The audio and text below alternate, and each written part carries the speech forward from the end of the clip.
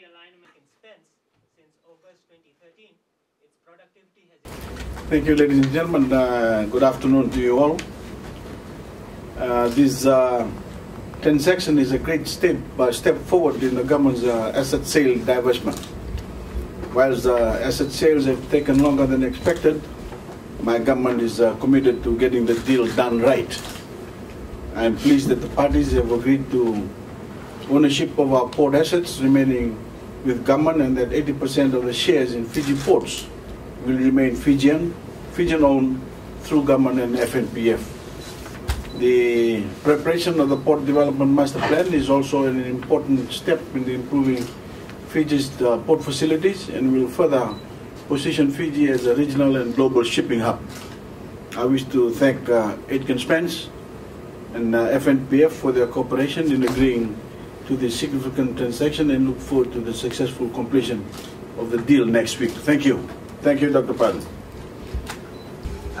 On behalf of Aitken Spence, I would like to thank the Honourable Prime Minister, the Honourable AG, the leadership team of Fiji and his people for the confidence that you have reposed in Aitken Spence and also in Sri Lanka. When we forged the partnership in 2013, it was for the first time the two island nations, that is Sri Lanka and also Fiji, was for the first time was forging a public-private partnership. So it was a milestone that we were able to establish, and within a span of 3 years, we have been able to take it to a different level.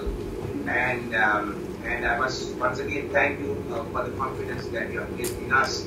And of course, our intention would be to establish the PCL and Fiji as a world-class, as the most preferred gateway in South Pacific.